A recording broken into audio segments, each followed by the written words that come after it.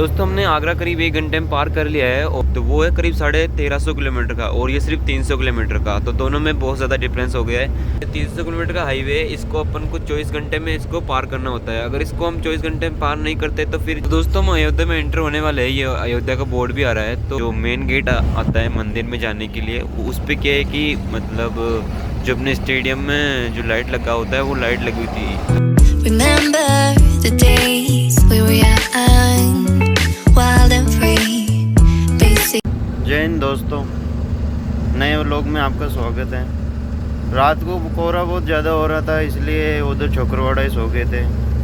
दूर में इतना रिस्क नहीं लेना चाहिए, इसलिए उधर सो गए थे। सुबह 6 बजे उठे और चल रहे हैं अभी ग्वालियर वाली रोड पे। डीजल विजल हमने ले लिया था उधर करावली से।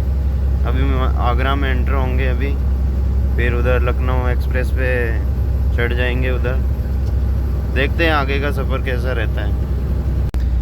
तो दोस्तों आगरा के अंदर हम एंटर हो गए हैं और आगरा में करीब 20 से 30 किलोमीटर चलने के बाद अपने सामने लखनऊ आगरा एक्सप्रेस आ जाएगा। तो उस पर एंटर होंगे और उस पर करीब 300 किलोमीटर चलेंगे। तो आगरा पार करने में अपन को करीब एक घंटे का वक्त लगेगा, क्योंकि क्या है कि आगरा में थोड़ा सा ट्रैफिक जाम रहता है और ट्रैफिक सिग्नल भी है, तो इसी वजह से थोड़ा बहुत जाम रहता है। तो अभी आप क्लिप एंजॉय करो, उसके बाद आगे का सफ़र दिखाता हूँ मैं आपको। Remember the days we were young, wild and free, basic getting bright. We used to dance the night away, hang out the whole next day, laughing, having fun.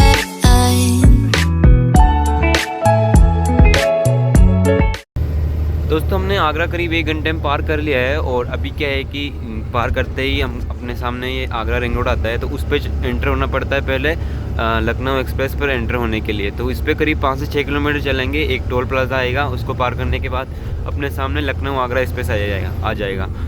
तो दोस्तों आप देख सकते हो ये आगरा रिंग रोड का ये बोर्ड भी आ रहा है, welcome to Agra inner ring road का। तो जब ये बना था तो ये देश का सबसे लंबा एक्सप्रेस यही था। पता नहीं इस बोर्ड को अभी तक क्यों नहीं हटाया, क्योंकि अब जो एक्सप्रेस है सबसे लंबा अपने देश का वो है अपना जो दिल्ली बम्बई एक्सप्रेस है वो है। तो वो है करीब 1350 किलोमीटर का और ये सिर्फ 300 किलोमीटर का। तो दोनों में बहुत ज़्यादा डिफरेंस हो गया है।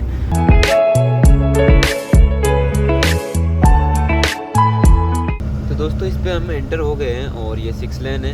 इसका थोड़ा सा एक नुकसान है जो मतलब सब ड्राइवर को ऐसा लगता है, मतलब ये 300 किलोमीटर का और 300 किलोमीटर में सिर्फ 2 ही पार्किंग आता है। मतलब 300 किलोमीटर हम सिर्फ 2 जगह रुक सकते हैं, मतलब रोड में अंदर हम नहीं रोक सकते। अगर बाई चांस अगर अपना कोई इमरजेंसी आ गया है तो अपन ये लेफ़्ट शोल्डर पर रोक सकते हैं। ये जो ये येलो पट्टी है इसके उधर हम रोक सकते हैं अगर कोई इमरजेंसी आ गया है तभी, नहीं तो अपना चालान भी यहाँ पे हो सकता है। तो 300 किलोमीटर का हाईवे है, इसको अपन को 24 घंटे में इसको पार करना होता है। अगर इसको हम 24 घंटे में पार नहीं करते तो फिर जो अपना टोल टैक्स है वो फास्टैग से नहीं करता है, केस लेते हैं। तो दोस्तों करीब 20 किलोमीटर चलने के बाद अपने सामने ये लखनऊ एक्सप्रेस का फर्स्ट टोल आता है। तो इसको पार करने के बाद क्या है कि 100 किलोमीटर तक कोई भी ऐसे होटल वगैरह कुछ भी नहीं है। तो इसी वजह से यहाँ पे चाय पियेंगे, उधर होटल वगैरह है तो चाय पियेंगे, फिर निकलेंगे।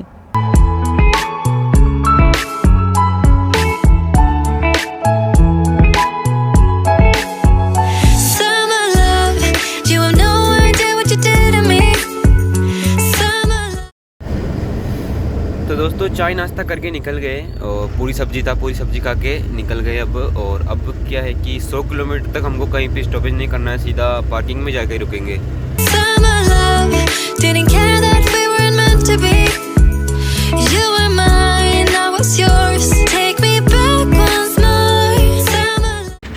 तो दोस्तों करीब शाम के 3:30 बज चुका है और क्या है कि अभी हम वो जो पीछे पार्किंग आया था इस हाईवे का तो उस पर नहीं रुके, दोनों पार्किंग में हम नहीं रुके, क्योंकि अपन को आज अयोध्या पार करना है। तो इसी जैसे किसी भी पार्किंग में नहीं रुके, सीधे चल ही रहे और रास्ते में एक जगह टायर देखे थे, उसके बाद में अभी रुके हैं क्योंकि करीब 120 किलोमीटर मैंने गाड़ी चला लिया है। तो अब फिर निकलेंगे वापस और शायद आज अयोध्या पार करना पड़ेगा अपने को।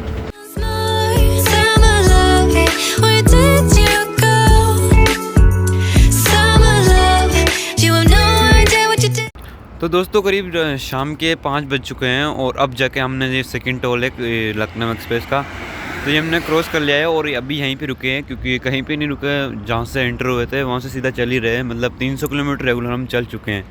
तो 300 किलोमीटर करीब 2 स्टॉपेज किए थे। टायर वायर देखे कि ज़्यादा रुके भी नहीं थे, पर अभी रुके हैं। आगे क्या है, लखनऊ में नो एंट्री रहता है, तो लखनऊ के बाईपास होके जाना पड़ेगा। और ये जितनी भी गाड़ी आपको खड़ी दिख रही है, ये गाड़ी लखनऊ के अंदर जाएगी। तो 9 बजे नो एंट्री खुलता है, तो फिर वो अंदर जाएगी और अपन को बाईपास होके चलना है। दोस्तों जो आज का मौसम है वो बहुत ज़्यादा मतलब ख़राब है, क्योंकि इतना ज़्यादा ठंड लग रहा है। अभी भी मैं कम्बल ओढ़ के बैठा हूँ और भैया ये ग्लव्स पहन के बैठे हैं यहाँ पर। तो इतने सर्दी है फिर भी हम चल रहे हैं। तो वापस निकल गए अपने सफ़र के लिए, और अब आगे जाने के बाद अपने सामने वो जो ये लखनऊ का बाईपास है उस पर जाने के लिए अपन को एक रास्ता जाता है, मतलब गाँव से होकर जाता है। तो उसी रास्ते में से हम चलेंगे। आज हम जाने की कोशिश करेंगे। अगर कोहरा नहीं रहा तो अपन अयोध्या पार कर लेंगे। अगर कोहरा रहा तो अयोध्या से पहले आता है होटल, तो वहीं पे रुकेंगे, क्योंकि कोहरे में नहीं चलना है अपने को। तो दोस्तों फाइनली अब जाके हम इसको क्रॉस करने वाले हैं, ये लखनऊ आगरा एक्सप्रेस को। तो इसको हमने करीब 5 घंटे में, इसको 6 घंटे में हमने इसको क्रॉस कर लिया। तो कल तो सिर्फ 9 घंटे में हम अपन 300 किलोमीटर चल सके, मतलब घर से जहाँ तक हम सोए थे। तो आज तो हम चले गए 5-6 घंटों के अंदर 300 किलोमीटर ये चले, और जहाँ से सुबह उठे थे वो अलग। तो करीब 400 से 450 किलोमीटर हम चल चुके हैं अभी तक। तो दोस्तों इस मेगा हाईवे पे करीब 2 से 3 किलोमीटर चलने के बाद ये अपने सामने लखनऊ का बाईपास आ गए हैं, और इसी पे एंटर होंगे और इसी से लखनऊ पार करेंगे। तो उसके बाद देखते हैं कहाँ तक चल पाते हैं। तो दोस्तों इस पर एंटर हो गए हैं और इस पर करीब 50 किलोमीटर के समथिंग चलेंगे। और अभी देख सकते हो आप, मतलब 5 बजे है फिर भी इतना मतलब अंधेरा हो गया है। अपनी साइड में अगर 5 बजे अगर वहाँ पे देखेंगे अपने राजस्थान साइड में तो बहुत ज़्यादा उजाला है। तो इतना डिफरेंस हो गया है इतने से किलोमीटर में। तो वेस्ट बंगाल जाने पर तो और ज़्यादा हो जाएगा। तो देखते हैं वहाँ पे जाने के बाद। तो दोस्तों हम अयोध्या में एंटर होने वाले हैं। ये अयोध्या का बोर्ड भी आ रहा है। तो करीब रात की 10 बज चुका है, और अभी क्या है, कोहरा बहुत ज़्यादा पड़ने लग गया है। मतलब कुछ भी नहीं दिख रहा है। ये गाड़ी दिख रही है सामने, ये फ़ोन में दिख रहा है पर ऐसे नहीं दिख रहा है, फ़ोन में धुंध नहीं दिखती है। तो देखते हैं, अगर अयोध्या पार करने के बाद होटल आता है तो रुकना पड़ेगा, क्योंकि